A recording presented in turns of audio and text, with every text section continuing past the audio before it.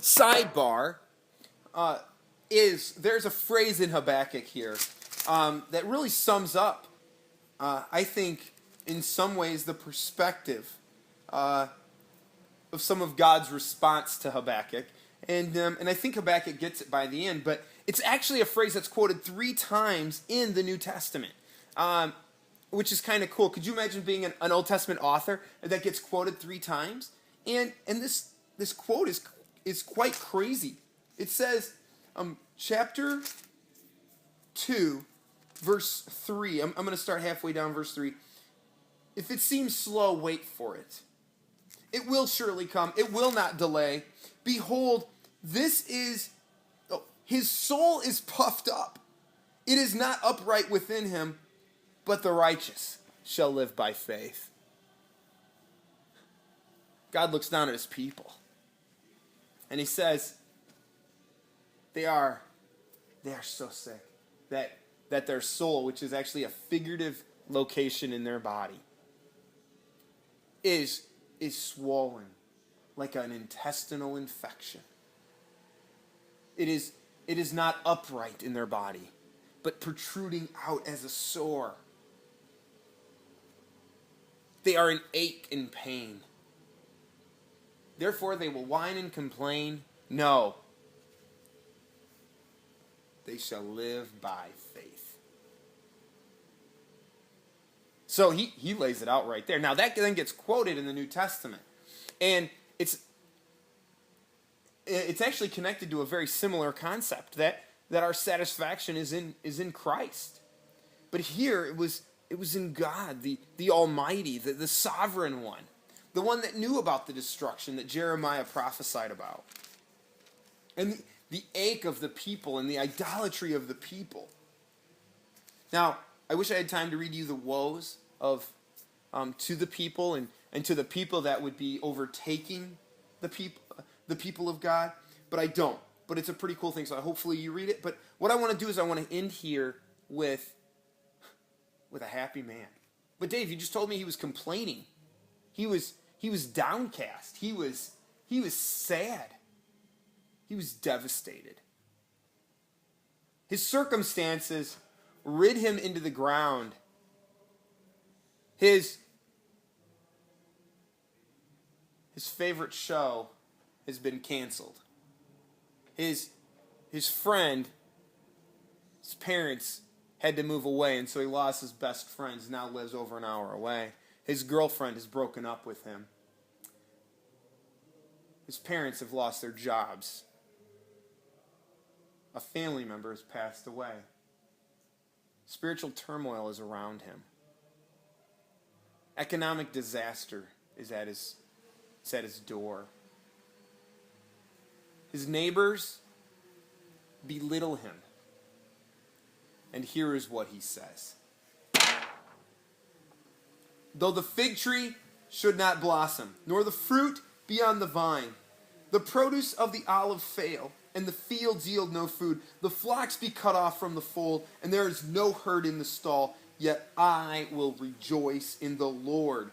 I will take joy in the God of my salvation. The God the Almighty is my strength. He makes my feet like the deer. He makes me tread on the high places. You want a recipe to be happy?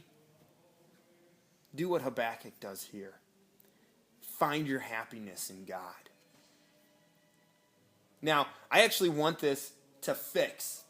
I want this truth to impact our group forever.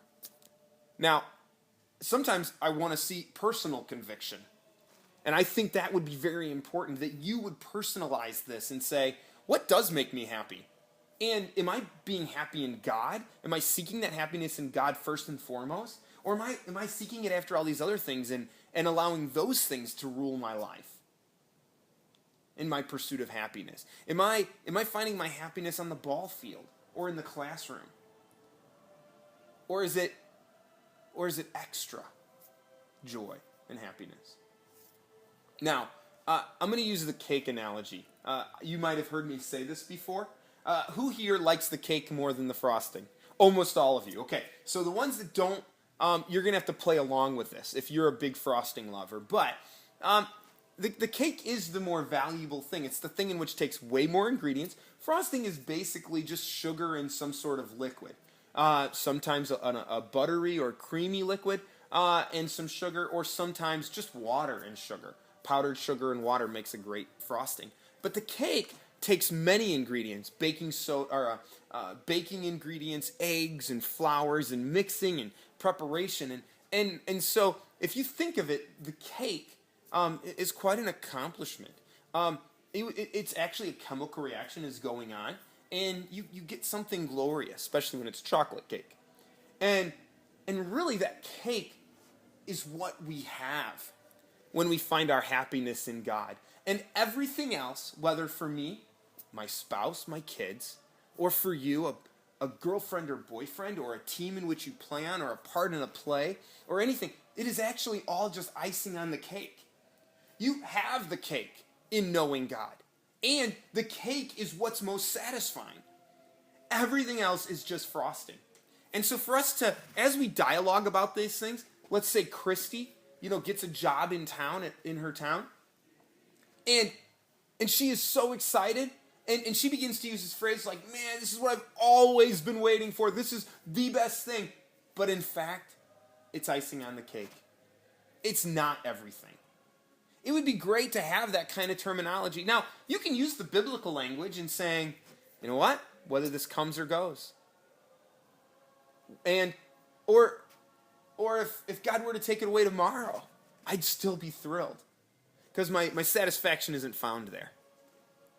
Or we can just have this phrase, reminding ourselves, yeah, I might have had a great date night with that guy that I kind of like.